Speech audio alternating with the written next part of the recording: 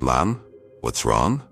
A 7-year-old girl came running toward Sophia in the kitchen with an old book in her hands that Sophia really liked.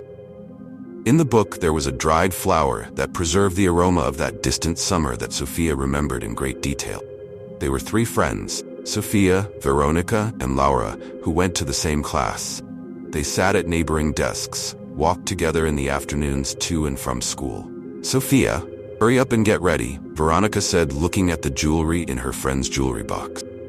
Sophia loved jewelry and had a lot of it, but Veronica didn't wear it. She thought it was cheap.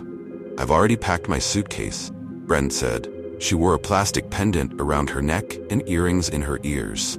Veronica sighed heavily. No matter how much she hinted to her friend that this jewelry looked and was cheap, he didn't listen. Then let's go. I'm sure Laura is already waiting. The girls came for the 3rd friend, and the 3 of them went to the disco that was held twice a week on Fridays and Saturdays in the summer camp park. The girls found a place in the circle with their classmates. During the summer holidays, this nightclub was one of the few entertainments in their small town. So here you could meet almost all the local youth. Yes, attempts to get the attention of some cute guy. The girls did not fail. Suddenly, slow music began to play, and the young people divided into pairs. At the disco, normally the girls went without a partner and went to the benches from where they watched the lucky ones who slow danced. Sophia, out of habit, moved behind her friends. But someone took her hand. Let's dance, the young man asked her, looking carefully into her eyes. Come on, Sophia said, embarrassed, looking away. My name is Juan, said the boy, looking at the girl. I have vacation. I have come home to see my relatives. I am 20 years. And you? I'm 16. I'm getting my degree, Sophia answered. I'm not going to work yet. They laughed, and the shyness disappeared. The rest of the dance spoke as if they had known each other for a long time. The slow melody was replaced by a fast one, and Sophia left with her friends. Juan called his people, and they approached the circle where the girls were dancing. Veronica, what do you think, Juan? Sophia asked her friend the next day. I don't know. It's pretty interesting. What has he told you? Friend asked her. He told her that he was working and that he was on vacation, that his older sister was getting married and that they would let him go to the wedding. He came with his friends as they had agreed. The boy played the guitar beautifully and the whole company sang with him. Juan took Sophia home, and that night they kissed for the first time. Those 7 days that the boy spent at home flew by as one, and now the last night was the night of goodbye. Sophia, I'll be back soon, said the boy. Wait for me. Of course. The girl swallowed her tears and could not imagine life without her young man, who was a ray of light for her. Juan left, and Sophia stayed waiting for his calls. What is love? Laura laughed. And maybe love, why not? Sophia answered. Yes, because there's no love in the distance, her friend interrupted. But the girl didn't listen to her friends, because deep down she knew how much they envied her. He had just received a call from Juan, and his heart almost jumped out of his chest. At that moment, it seemed to him that it was true love. The boy talked about how much he remembered her, that every night he dreamed of her penetrating green eyes, and the photo that Sophia gave him is on his nightstand. The girl had never heard words like that from anyone. So, of course, he fell more and more in love with his hero. It seemed to him that he had fallen into a fairy tale, and he was not going to come back from it. With the arrival of September, the usual school routine began with extra classes and very hard studying. Friends could only meet on weekends. Everyone was intensely gnawing at the granite of science. Sophia realized that if Laura had the opportunity to enter university, Laura's parents were rich, meaning they could pay for education. She and Veronica did not have that option. Veronica's mother was a woman almost of retirement age, and her father was a pensioner. Veronica was a late bloomer who was trembled for, but Veronica's parents found it difficult to pay her tuition. Sophia was in the same situation. She and her little sister were raised by a mother. Her father abandoned the family and did not help the children, so there was not enough money, and the girl realized that she had to depend only on herself. 2009 Veronica continued meeting David, Juan's friend, but they saw little of each other. The boy worked and the girl studied and prepared for exams. Laura and Pablo did not get along. They didn't like Juan's second friend, so they went out for a couple of days and didn't see each other again. Sofia's friend wondered how she continued dating Juan, because he was very boring and his secret job, about which no one knows anything at all, that you can talk to a person like that, Laura wondered revealingly. Sofia reacted hotly to his words. Is it possible that if you don't like a person, then they can be classified as a second-class person? The girl's friendship was beginning to crack. The new year was approaching, and Sofia and her mother were doing some general cleaning. Their mother scrubbed the floors and the girls organized the closets. Suddenly the doorbell rang. Sofia, open up, his mother shouted from the kitchen. The girl opened the door and saw Juan, who was standing there with a huge bouquet of daisies. Sofia had once said that they were her favorite flowers. One big polar bear in your hands. Sofia was stunned. First, he didn't expect to see a boy, and she was very happy. Second, some daisies in the middle of winter? Not that easy. Third, he saw himself through Juan's eyes wearing some old sweatpants, a sewn t-shirt with a strange ponytail on his head. Juan hadn't seen her like that yet. Well, hello, my love. Juan hugged the girl and she suddenly realized how much she was looking forward to this meeting. Juan, I'm very happy. Tears of joy froze in Sofia's eyes. I just arrived. We will meet at night. We will celebrate the arrival. Grab your friends and come at 6, okay? Especially tomorrow, it's a day off. Sofia agreed easily. They talked a little and the boy left. Sofia entered the apartment dancing. It was as if he were flying on the wings of pure and sincere love. Who's there? He asked from the kitchen. Mom, you won't believe it. Sofia exclaimed, looking at her. Juan has returned. Today we will go to his house. And what about the classes? You have many things to do today. His mother seemed worried. Sofia, you have to go to school. I don't want love to stop you from being a student. Today I'll go for a walk, and it's only a few days until New Year's Eve, and I'll continue studying after the holidays, okay? Sofia looked at her mother with a pleading face. He just sighed. His daughter was his pride. The woman was very afraid that the girl would repeat her fate. The woman herself got married right after school at the age of 18. For the great love. She entered university, but had to abandon her studies since Sofia was born a year later, and there was no one to help her with her daughter. Her husband disappeared with the birth of their second daughter. Later, Tamara learned to be a seamstress in order to have at least some profession. So I work in a sewing factory, but I dreamed of being a teacher. She was very worried about her daughter, but she did not forbid Sofia anything, because in their small family it was customary to trust each other. For Sofia, this day became a beautiful fairy tale, and she wished with all her might that it was like that for everyone. Having set the table for the young people, cousins came to Juan. The friends met that night. Everyone joked and laughed, sang songs under a guitar, listened to music and danced, and even the neighbors, having learned that the boy had returned and celebrated this event, did not resent the noise. They spent a long time sitting at the table and even longer walking together through the night streets, singing songs and laughing. Everyone was having fun, and only Laura looked away when someone tried to talk to her. Juan and Sofia saw each other almost every day. Juan got a job in his hometown, leaving his previous job for the love of his love. After work, Juan visited Sofia's house and often had dinner there, but he quickly became friends with Sofia's family. Her mother was very worried about her daughter, but she recognized that Juan was a good boy and sincerely loved Sofia's 2009. Juan would wait for the girl to do her homework or take her to a private teacher. On weekends, they went out for a walk or to visit the boy.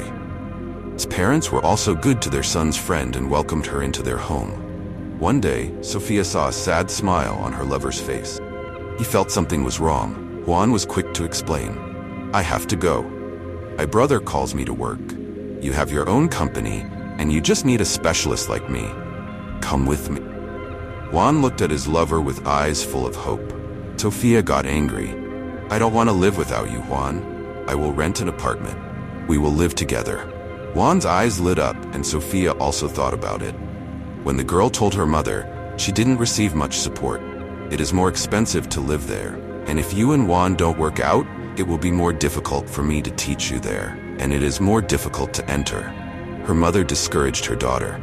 "Mommy, but I really want to be with Juan, and studying there is amazing. There are some of the most prestigious universities in the country." "Well, what if ours doesn't work? I'll move here. Will you let me go?" "Horse daughter, forward." The mother smiled sadly into her little eyes. But he wasn't going to keep her, so they decided. First she goes to Juan, gets a job, finds an apartment for Sophia's arrival. The girl comes and enrolls, and then she returns home and then goes again to study. "Mommy, what if I don't get in? What if I don't get it?" Sophia said with a sad voice. "But you have studied, you have worked hard. Try a little harder and you'll surely get in." Mommy was even glad that Juan was gone. Sophia would have time to prepare for exams without being distracted by love. "So Juan has really left?" Laura was surprised. "His brother has his own company there, and now Juan works there." Sophia answered proudly. "I did not expect." It seemed so simple. Laura was disappointed. Juan has already found an apartment, or rather, his brother has given him his. Now he lives in a chalet, and Juan and I will have our own house, but a one-bedroom apartment, but not rented. Wow, a groom with a dowry. Laura looked at Sophia with a frank envy that devoured her inside. "Why was your friend so lucky? Why did she get such a great guy?" "Laura, are you jealous?" asked Veronica, who was listening to the entire conversation. "You are also going to study there." "Yes, but I don't have a boyfriend with prospects," Laura said through clenched teeth. The last school bell had rung. All that was left was to go to university. Friends got together often, so it was easier to study. Veronica was going to go to university. Sophia also wanted to be a teacher.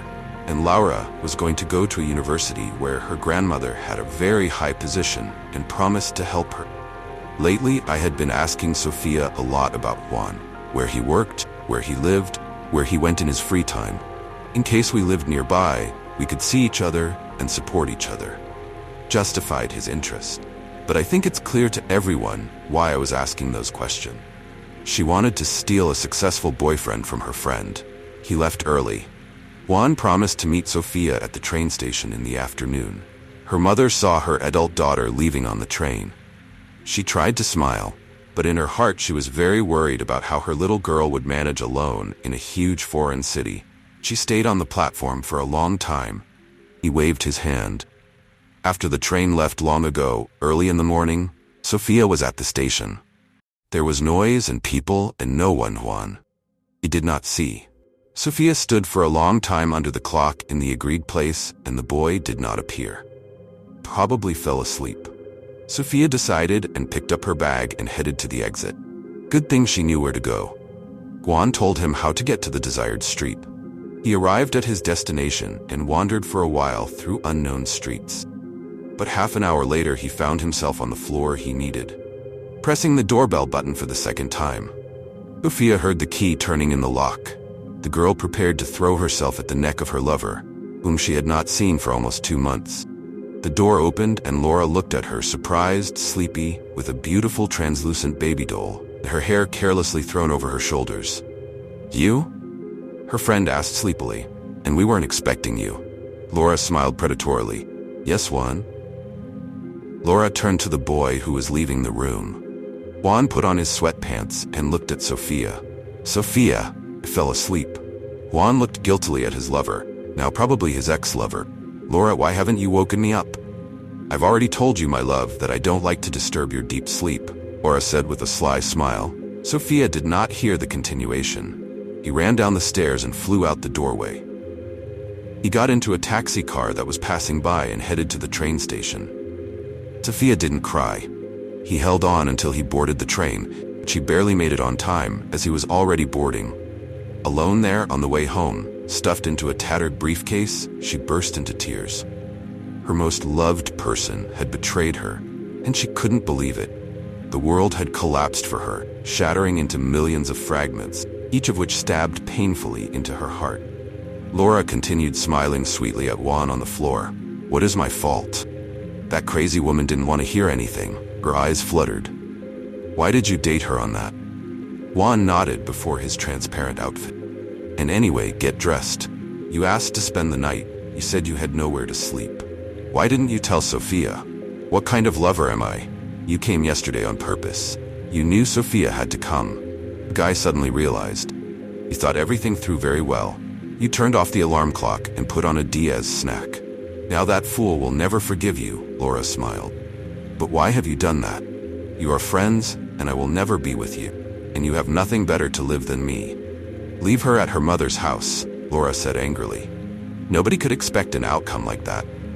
Laura did a very dirty thing. His jealousy destroyed their long-standing friendship. She thought that if she was unhappy, then others are not worthy of being happy. At home, Sophia was crying and told her mother what had happened. What did Juan say? How did you explain everything? The woman asked him. Why do I need your explanations? Sophia sobbed, and everything is clear. I saw it all with my own eyes. Daughter, if you decide to be an adult until the end. Being an adult is the ability to think and speak, to listen to yourself without having to be older. If you truly believed unconditionally that Juan had something with Laura, then you never loved him and he didn't love you. If he cheated on you, do you think he could betray you like that? His mother asked quietly. Sophia stopped crying. He thought, Mom, I don't know. I'm not sure anymore. It seems that he was surprised too. The girl seemed to understand what was happening. Daughter, you can't make hasty decisions. Remember to listen to yourself and listen to the other. That afternoon, they sat for a long time, mother and daughter. 3 hours later, the doorbell rang. Juan was on the threshold, in her hands a huge bouquet of white daisies, Sophia's favorite flowers. Where did you get them from in the middle of the night? The girl whispered in a low voice. I'll take 1 star from the sky for you. I'll get what flowers? Juan made a gesture with his hand. I love you very much, and I don't know what you were thinking, but Laura just said she had nowhere to sleep. Nothing has happened between us. I only love you, Juan repeated. Marry me. Sophia's mother was at the door, wiping away the tears that ran down her cheeks.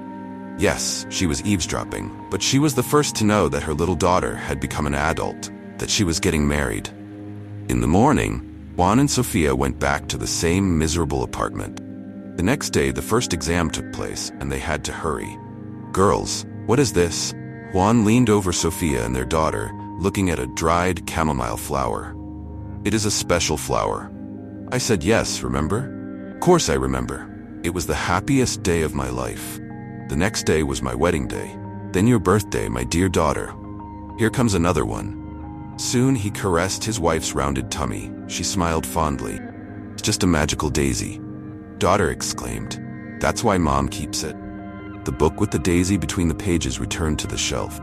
Sophia and Juan's love story continued. They lived together a lot, nothing could break them. After that incident, she realized that it is worth listening first and then drawing conclusions. He no longer communicated with his childhood friends. One of them was acting very mean, and the second one somehow didn't really want to get in touch. Sophia understood that if it had not been for all the trials that had then fallen on her fragile childish shoulders, she would not have been able to build the best family with the best man in the world. Betrayal and envy of people is very common in our lives, but sometimes you just have to let it go and move on. Thank you for watching this video. I hope you liked it. Leave a comment and like. I hope to see you on my channel again.